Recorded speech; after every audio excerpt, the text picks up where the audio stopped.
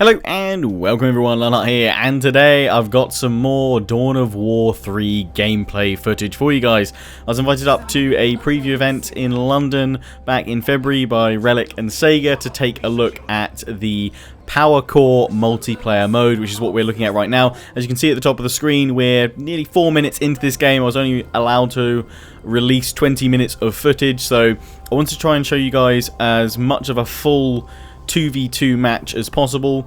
So this has the whole rest of the game in it. We just missed the start where we were basically expanding out. I'm playing as the Eldar and I've got a Space Marine ally on my team. Can't actually remember what we're up against, so we'll find that out as we go. I think we're up against Space Marines and not sure, but we'll find out shortly. Oh, we're up against Space Marines here on the left, so these are my units. And I've just got my basic infantry at the moment. So I'm just trying to push up and capture points at this moment in time. You can see I'm building a shield there. I can kind of create some more cover for myself. Because the cover system is something I'll come back to in a moment, but it is something I am not a fan of in Dawn of War 3. I really enjoy Dawn of War 2's cover system, and I don't like where they've gone with it in Dawn of War 3. So this Power Core multiplayer mode, just firstly want to talk about that. Apparently this is the only multiplayer mode that's going to be in the game at launch, but they are going to look to apparently explore other options later on. I really hope they do. Not that this isn't fun, but I think more multiplayer modes are kind of a must, to be honest. Basically in this mode there it feels like there's a lot of kind of MOBA-esque elements within this mode. It'll be interesting to see what other multiplayer modes they bring in, if they bring in others, but I hope they do. And that is because in this Power Core mode you have to destroy the other team's Power Core, and that is defended by a turret, which is in turn defended by a shield generator. So you have to take out the shield generator, then the turret, and then the Power Core as you go through the map. So you kind of have this tiered system of how you go through this kind of wave system that you build up, and that kind of triggers different escalation phases. Now as you can see, I've actually just recruited my elite Ranger Ronin, and I'm using his long shot ability here to fire into the cover. He's hidden in a steam vent, which is keeping him hidden from enemy sight at the moment. But yeah, that little bubble is cover in this game, which I mean, I guess you could call the steam vents cover as well. It's cover that hides your troops. I really love his long shot ability because not only does it do a fair bit of damage, but it also, we'll probably see it across the rest of the game, it also gives true sight across its bullet, basically. It's bullet path. It's missile path, as it were. It reveals what's behind it, basically. So you can use that actually to scout into areas of the map, which is quite useful. But yes, cover, not a fan of it. I've got to admit, it's not as much of a bother once I kind of forget about the old cover system, as it were, and just kind of embrace what's in Dawn of War 3. Like, using the stealth vent areas actually work quite well, especially with Ronin, to get those long shots off, which is pretty good. But I just feel they had such a good system with that kind of Dawn of War 2 Company of Heroes cover system mechanic. I know some people felt it really slowed down gameplay, but I felt like it was a really solid system. You know, if you fired a rocket into the ground, it would create a crater, and then you could use that as cover, because it would obviously, you know, throw up the turf and the terrain and stuff like that, and it would create little mounds where you would get defensive bonuses from. So I'm really disappointed that they decided to go a completely different direction with it, because I don't think it's anywhere near as good. As I said, it does feel like there's a lot of kind of MOBA-esque elements, you know, specific pockets where if you garrison certain areas, it will create this shielded bubble of cover. I guess it just makes certain areas as focal points for combat and skirmishes. Maybe that's not a bad thing, but I think with this kind of legacy of of previous cover systems in the previous titles, it's a bit lacking. So that is a big disappointment for me, and I know it's a big disappointment for many people that have been watching previous content that I've done on Dawn of War 3 so far. That said, as I said, when I kind of forgot about the previous cover system and just kind of embraced what was available to me, it was certainly a lot of fun. Like, it wasn't detracting from the experience what was here. You know, using these cover bubbles, as you can see, I'm hiding in there, I'm shielded, and I'm taking out this turret. It works well. If you utilize that. Plus, I've still got my ranger in the steam vent there. He's still hidden, and I'm just spamming out kind of shield generators here, as long as a few webway gateways. And something I quite like about the Eldar is that you have to get to tier 3 of their main base building before you can actually unlock the teleports across all the webways.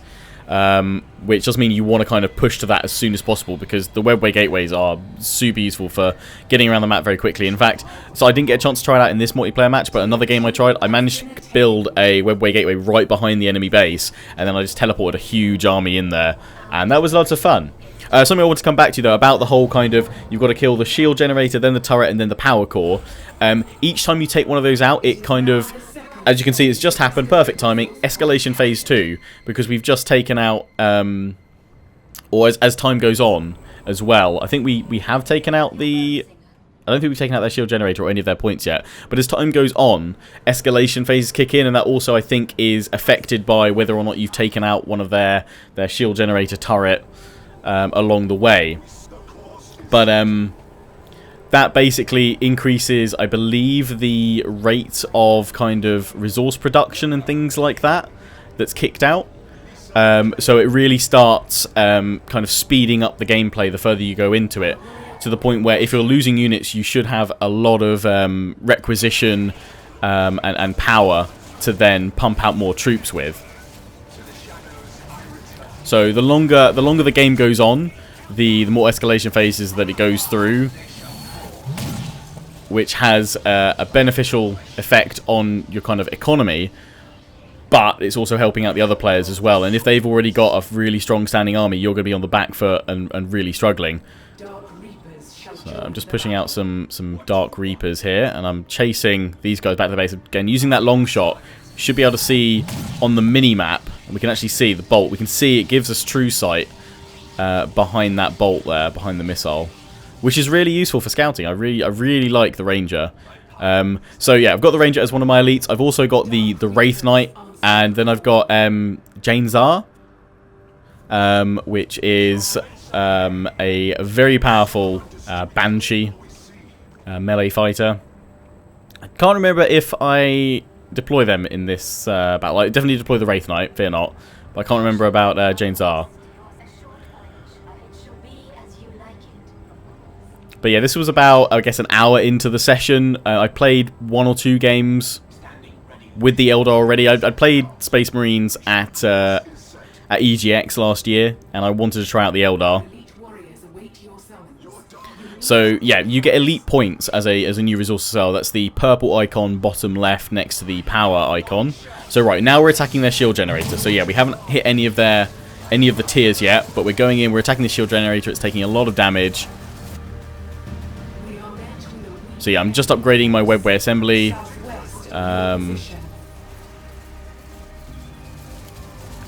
Upgrading that so that I can just teleport all around the various webways when I connect them all up. Just create loads of defense over there, and the resource points all across the map that I've pushed out and captured as we go.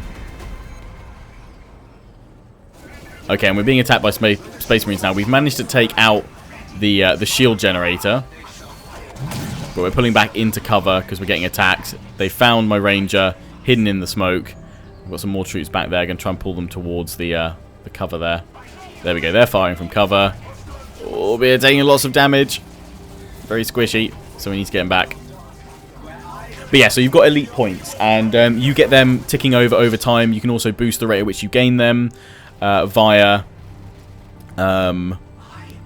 collecting elite resource points. Resource capture points, as it were, like regular resource points across the map, and you can fortify them with a turret as well to kind of try and defend them a little bit better. So it's kind of up to you whether you push out kind of more heroes early on, or whether you wait to get your more powerful units out later on. So I want to wait until I can get my Wraith Knight, which requires 9 elite points. We've got 6 at the moment. The enemy sends light forces against us. So I'm just connecting up the warrior portal to the webway gate there, so that I can teleport units through from my base, and I'm also getting some banshees. See, I think we're just up against 2 Space Marine players, and I've got Space Marines on my side.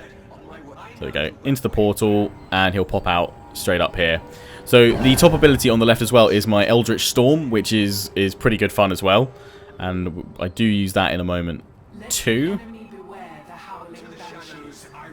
So his teleport ability is really useful for jumping into cover. So I got some Howling Banshees. So just get in there, using him as a good scout, plus he does lots of damage from range. So this, I believe, this point we've captured down here is an elite point, resource point, which is why I wanted to take it, because I wanted to, you know, increase the rate at which I was gaining those elite points so I could get my Wraith Knight out, because he is a machine. Ooh, a lot of stuff going on here, so I'm going to help out my ally. Is that Orcs are up against there? This is really annoying when I'm commentating this like afterwards. I wish I was doing this live, but unfortunately we have way too much noise to try and do a live commentary at the event. No, we're just all up against space. They're all up against Space Marines over there, I think.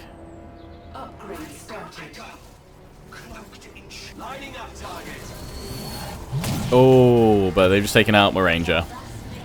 Yeah, he got mobbed. But we're gonna get some vengeance, I think, if I'm gonna cast my Storm. No, I need to get some vision before I can place it. Just yet.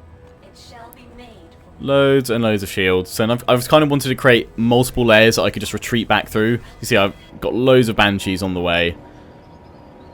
Got my upgrade structures for unit production back there as well. Right, come on. Let's use this. Let's use the Storm.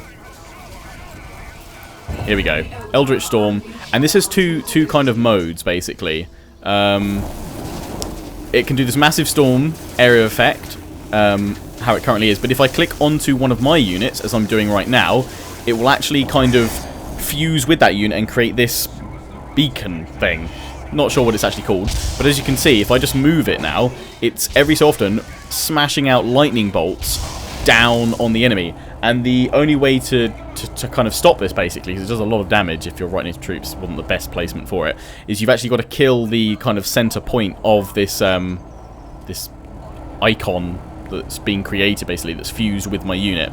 Because then if you kill the unit, the storm isn't channeled through a unit anymore, and it would just dissipate, basically. It's quite slow, though, so as I said, wasn't the best place for it. It's run out of time, but we're moving up now. So it's on cooldown at the moment. And your heroes, your elites, once they die, you can recruit them again. You just have to wait for them to cool down. You get to choose which heroes and sort of elites you want to bring for a battle before you go on in. And you can see obviously what abilities they've got then, and how they spec out and what have you. And I think there's various passive upgrades in multiplayer that you'll get as you kind of level up. But I didn't get a chance to take a look at too much of that, so it'll be interesting to see how that comes out. So there we go, we destroyed a shield generator. And that's given us another elite point.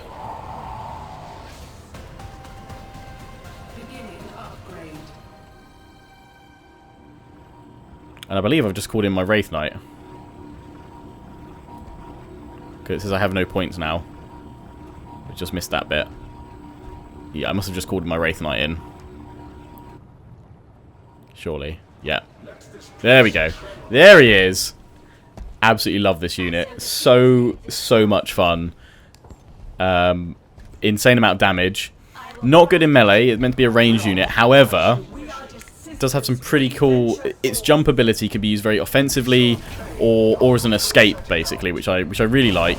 It's got a channeled beam, which I think I'm about to unleash here. Here you go.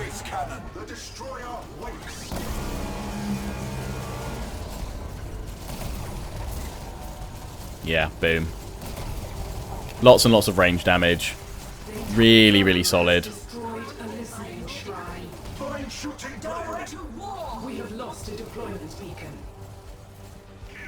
Oh yeah, so we know Space Marines and Orcs is what we're up against. There we go. I thought there were Orcs on this.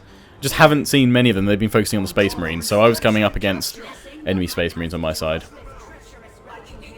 So yeah, I've got all my Howling Banshees. We're going in for a kill right now, to be fair. Trying to sort of finish them off. We've taken out the turret. We've taken out the shield generator. Oh no, that's the turret there. I lie. Haven't taken out the turret. We're just about to take out the turret. And then we're moving on to the power core. So yeah, these turrets are actually pretty nasty. You don't want to get stuck into them because you can see they have these channels that are rotating around. That was the jump with the Wraith Knight there. I love it.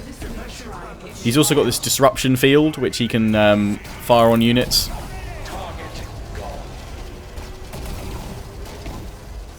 But yeah, you basically kind of just have to try and get in there and do as much damage to that turret as possible. So I'm bringing back my Ranger. Space Marines are using their beam ability, their ultimate.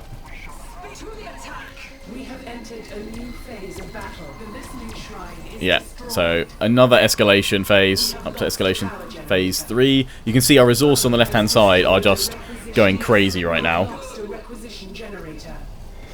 So we've now destroyed their turret. We should destroy their shield generator first, then their turret, and now we just have to go for their power core to finish them off, basically.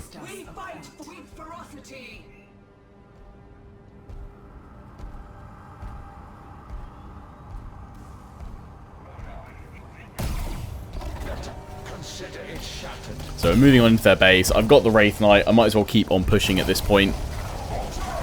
They haven't been able to mount a defense, and I'm just unleashing all the damage. Space Marines are supporting as well. We're just absolutely destroying them.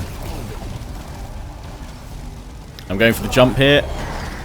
Slamming on in. Oh, he stopped at the building because obviously couldn't go any further.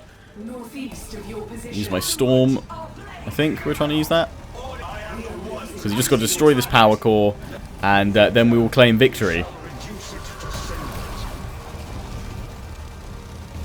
And that is the power core multiplayer mode.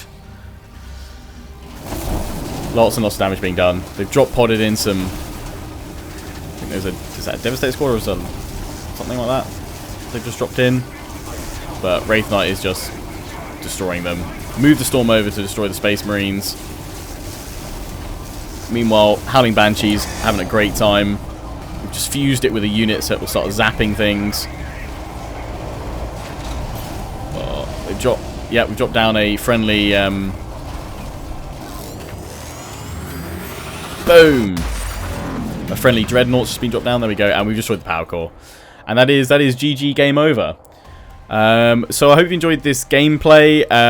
Sorry if my commentary was kind of a bit all over the place, trying to give you guys some information, some of my thoughts, my feedback as I was going through. Wasn't really necessarily focusing on what was happening, but I hope you were able to see some more gameplay from Dawn of War 3 here. I will definitely be covering more of it, and I plan on getting it at launch to see what the campaign's like and see what more multiplayer is like beyond this. But yeah, anyway, I hope you've enjoyed. Don't forget to comment, rate, and subscribe. Follow me on Facebook and Twitter. Take pride in the Legion. Check out my affiliates and sponsors, XMG, Green Man Gaming, and Overclock's UK. Till the next one, ciao for now.